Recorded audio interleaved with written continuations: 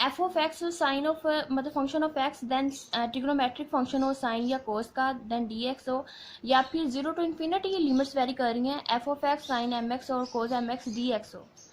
फिर क्या होता है इसका वर्क है, इफ द इंटीग्रेट, जिसको इंटीग्रेट करना है, जिस if the integrate has no pole on real axis then it is of type 2, type 1 to 3 है इसकी।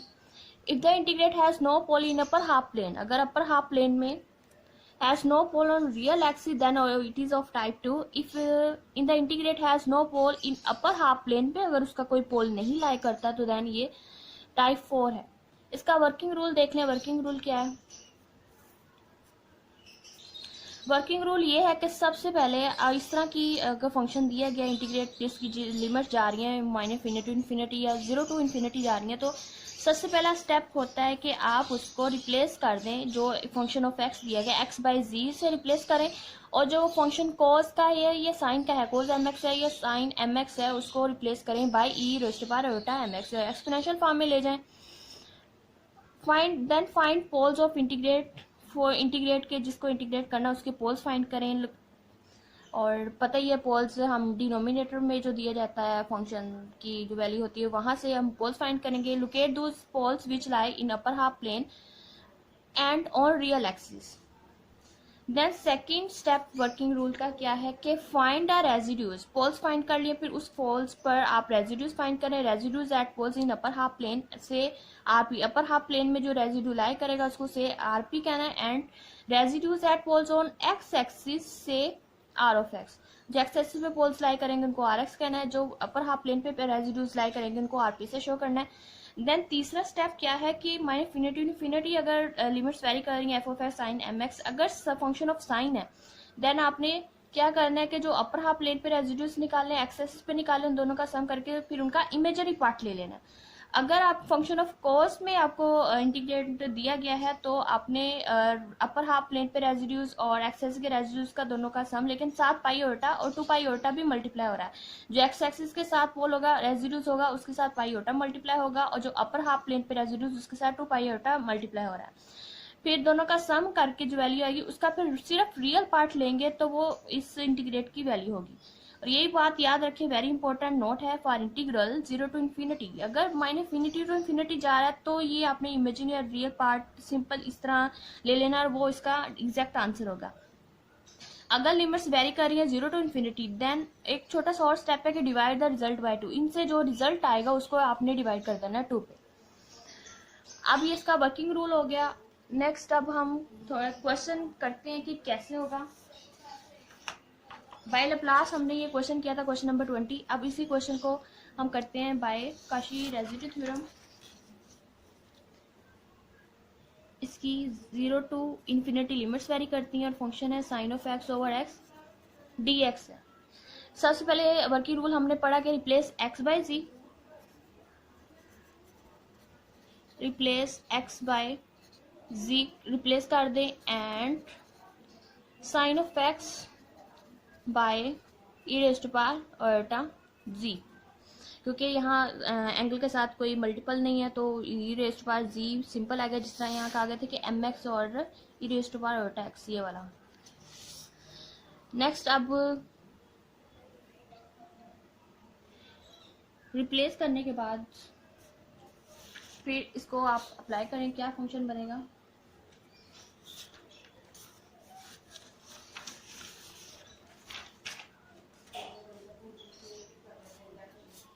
Integral c e raised to power iota z over z d z, फिर ये बन जाएगा f o z has pole at. अब इसके पोल निकालें, पोल निकालते हैं डिनोमिनेटर को इक्वल टू 0 रखें तो इसका पोल जी इज इक्वल टू 0 पे ही बनेगा। एफ ओ जी हैज पोल लिख भी लेते हैं साथ साथ ताकि आपको अगर वर्ड्स की समझ नहीं आती तो लिखने में समझ आ जाएगी। F of z has pole at z is equal to 0, z is equal to 0 पे इसके पोल्स हैं। देन आप इसी पोल्स पे आप रेजिड्यू निकाल लेते हैं, residue at pole z is equal to 0, तो इसका जो रेजिड्यूज बनेगा at 0 limit z approaches to 0 z minus 0 E raised to power iota z over z. Limits z से कैंसिल हो जाएगा, लिमिट्स अप्लाई करें तो यहाँ लिख लेते हैं z approaches to 0 E raise to power iota z which is equal to E raise to power 0 is equal to 1। अब रेजिड्यूज से पोल सिर्फ एक ही पोल निकला है, सिंपल पोल, और वो भी रेजिड्यूज उस पे, इस पोल पे जो रेजिड्यूज निकलता है वो 1 निकलता है।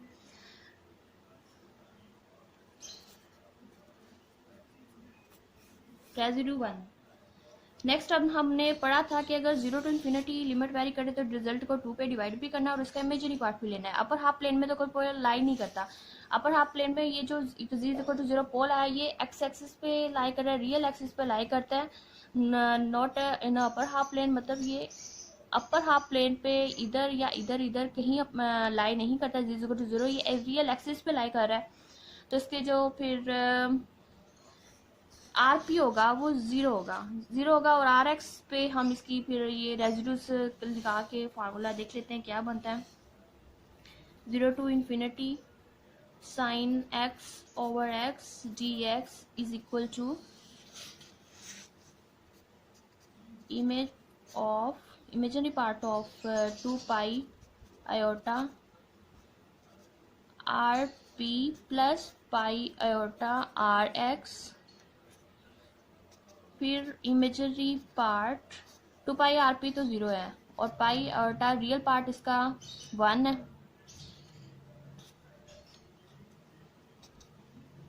तो इमेजरी पार्ट इसका ले तो सिंपल पाई आएगा। ये वेरी इंपॉर्टेंट नोट हमने पढ़ा था कि लिमिट 0 टू इन्फिनिटी वेरी करती है तो रिजल्ट को 2 पे डिवाइड भी करना है। तो ये 2 पे डिवाइड होके π/2 अगर लॉग लेना हो तो वो बराबर होता है natural log of z mode plus iota argument of z। और एक और बात, आप इसके ऑप्शंस देखें कि 1/2 log ऑफ 2 इधर भी है एक चीज, ये इधर भी है, ये इधर भी है और ये इधर भी है। मतलब पहली उन्होंने जो मोड z की वैल्यू वो तो सेम लिखी है, चेंज कहाँ लिखा ऑप्शंस में, चेंज सिर्फ इसके आर्गुमेंट में चेंज आ रहा है, कहीं π/4 है, कभी -π/4 है, आयोटा तो आना ही है, -3π/4 है, कहीं +3π/4 है। मतलब ये ऑप्शंस में आर्गुमेंट चेंज है और मोड तो सेम है। वैसे भी ऑप्शंस अगर आपको तरीका ये समझ आ जाता है तो आप डायरेक्ट क्वेश्चन देख के भी इसका आंसर उधर ही फाइंड कर लेते हैं, इतनी लिखने की या कैलकुलेट करने की जरूरत भी नहीं है। सिंपल आप इसका आर्गुमेंट निकाल लें तो वो आप राइट ऑप्शन चूज कर लें। अब देखें कि किसी कम्प्लेक्स नंबर का जो लॉग है वो होता है log of z mode plus iota argument of z। अब ये मोड z कैसे फाइंड करते हैं, अब यहाँ पे z इस कम्प्लेक्स नंबर को मैं सपोज कर लेती हूँ, let's suppose that z is equal to 1 plus iota, then mod of z क्या होगा, रियल पार्ट प्लस ये रियल पार्ट का स्क्वायर लेना होता है और इमेजिनरी पार्ट का स्क्वायर लेना होता है और स्क्वायर रूट लेना होता है, विच इज इक्वल टू 1 + 1 2 √2 आ गया। मतलब मोड z की वैल्यू आ गई √2। यहाँ मैं थोड़ा सा और इसको लिख लेती हूँ क्लियरली, कहीं आप कंफ्यूज ही ना रहें। अच्छा, मोड ऑफ z की वैल्यू ये आ गई। नेक्स्ट आर्गुमेंट ऑफ z निकालना है। आर्गुमेंट ऑफ z कैसे निकालते हैं कि आपने argument of z is equal to theta is equal to tan inverse real imaginary part over real part करना है। इमेजिनरी पार्ट भी इसका 1 है और रियल पार्ट भी इसका 1 है, 1/1। तो ये हो जाएगा tan inverse of 1। tan inverse 1 कहाँ पे होता है, π/4 पे। बस अब ये इस फार्मूले में अप्लाई कर दें। 1 implies that log of 1 plus iota is equal to log of z mode कितना है 2√2। स्क्वायर रूट 2 को हम 1/2 भी लिख सकते हैं प्लस। अब इतनी ही बात तो नहीं मुझे एक्सप्लेन करनी चाहिए।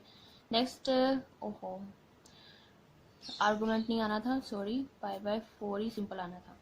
तो ये लॉग की प्रॉपर्टी है कि जो पावर होती है वो आके मल्टीप्लाई हो जाती है। 1/2 log ऑफ 2 प्लस आयोटा π/4, ये किसकी वैल्यू है, log ऑफ 1 प्लस आयोटा की। तो ये सिंपल आप मतलब क्वेश्चन देख के भी उधर से बता सकते थे किसकी। अब मोड निकाल ले इधर से 1 + 1 √2 तो 1/2 log ऑफ 2 एंड इसका आर्गुमेंट निकालें तो 1/1 π/4 पे ही इसकी वैल्यू आएगी, तो 1/2 log 2 प्लस आयोटा π/4। तो इसका ये आर्गुमेंट के साथ आयोटा भी मल्टीप्लाई हो रहा है, बस ये बात याद रखनी है। और इसका फर्स्ट ऑप्शन ये राइट ऑप्शन है। नेक्स्ट क्वेश्चन 22 मैंने बहुत अच्छे से करवाया था, इसमें तो कोई कंफ्यूजन नहीं आई। Which of the following space is complete has of real numbers complex and R and triples R complete metric space, so Z and R. इसके दो ऑप्शंस राइट बने थे। क्वेश्चन 23 में लिस्ट अपर बाउंड मतलब supremum निकालना था। Limit N approaches infinity N over N plus one N common लेके, मतलब ये जो फंक्शन था इसकी एन टर्म बना के फिर इसके लिमिट्स अप्लाई कर दी, तो ये सिंपली वन इसका सुप्रीमम निकला, तो यही इसका supremum means least upper one. Next question number 24, limit x approaches to 1 x raised to power x of minus x 1 minus x plus log of x। और इसके जो ऑप्शंस हैं, options 2 -2 and c option is 1, d option is -1। ये इसके option है 2 -2 1 and -1। Simply इसको interior limits, अब देखिए अगर हम डायरेक्ट इसकी लिमिट्स अप्लाई करें तो 1 - 1 0, नॉमिनेटर तो 0 हो गया। अगर यहाँ डिनोमिनेटर में लगाएं तो 1 - 1 0 and log of 1 is also 0, so nominator और डिनोमिनेटर दोनों 0 बन रहे हैं, दैट मीन 0 ओवर 0 फॉर्म बन रही है।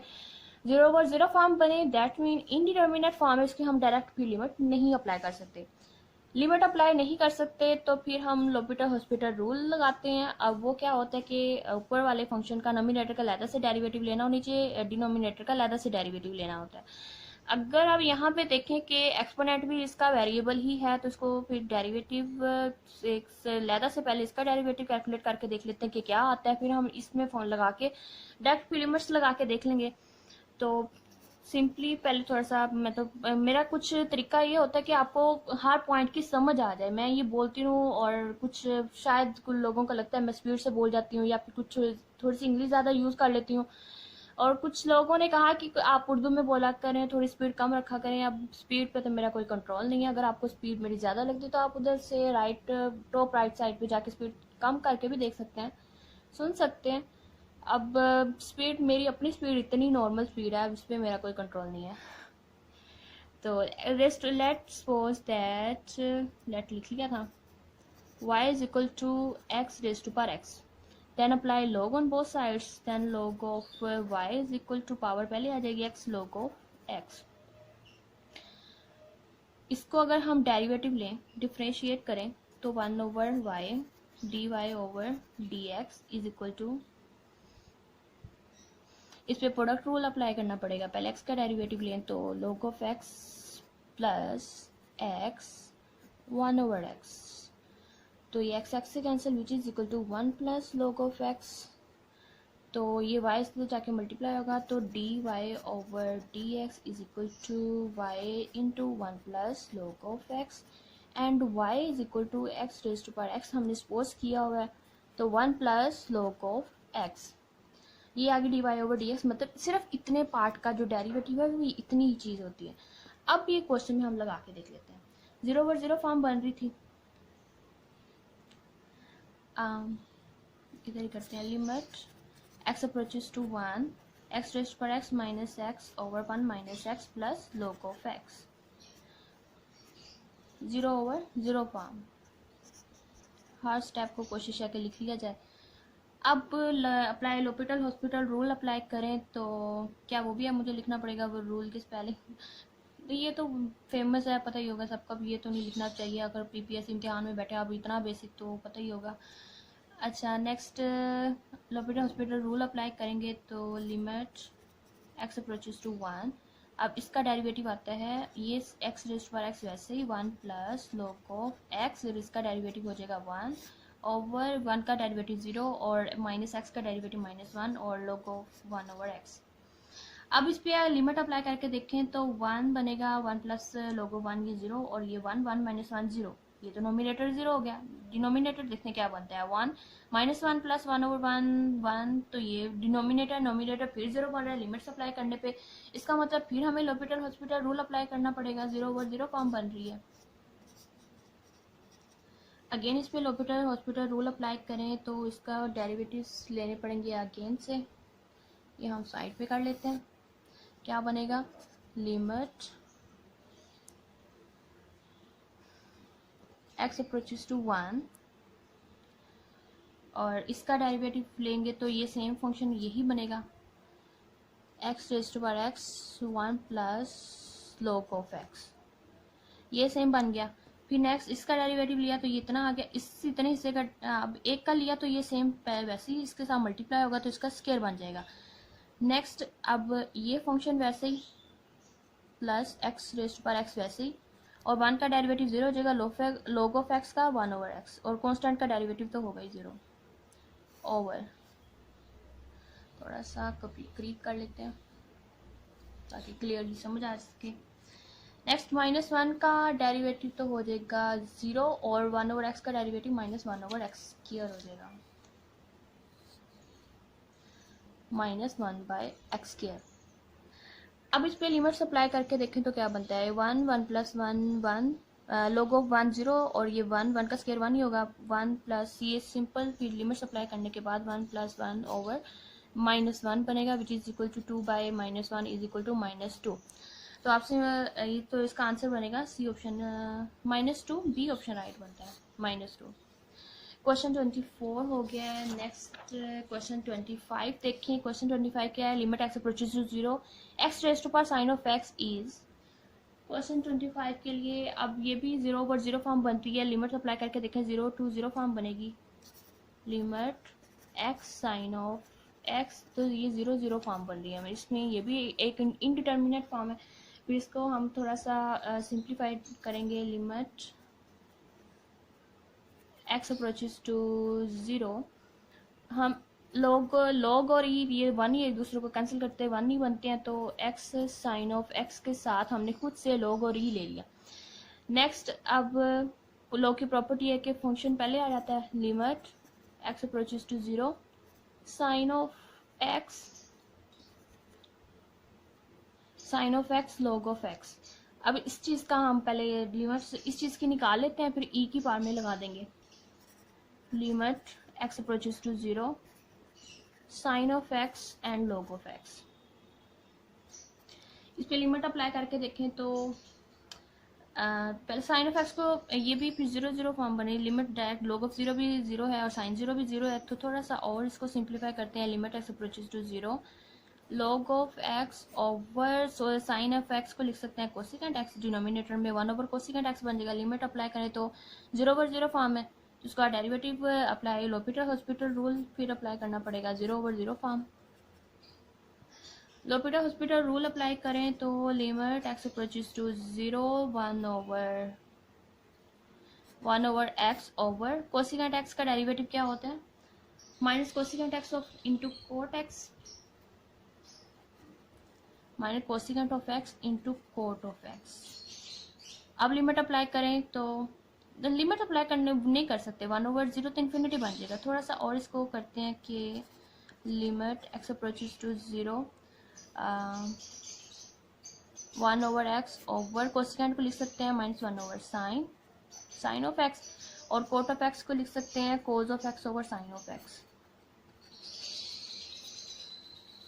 Then is equal to sine ऊपर ले जाएं, limit x approaches to 0 sine square x over ये sine into sine square x बनेगा, नीचे x कोज ऑफ x।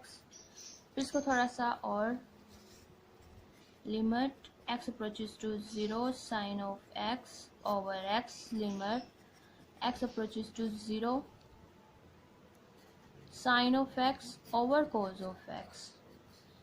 इतनी चीज, लिमिट x अप्रोचेस टू 0 हो, साइन ऑफ जो एंगल साइन का हो वही एंगल उसके डिनोमिनेटर में हो, तो ये तो इक्वल टू 1 हो जाता है। ये एक लॉ है कि sine of x over x, और limit x approaches to 0 is equal to ये होल चीज़ 1 आ जाती है।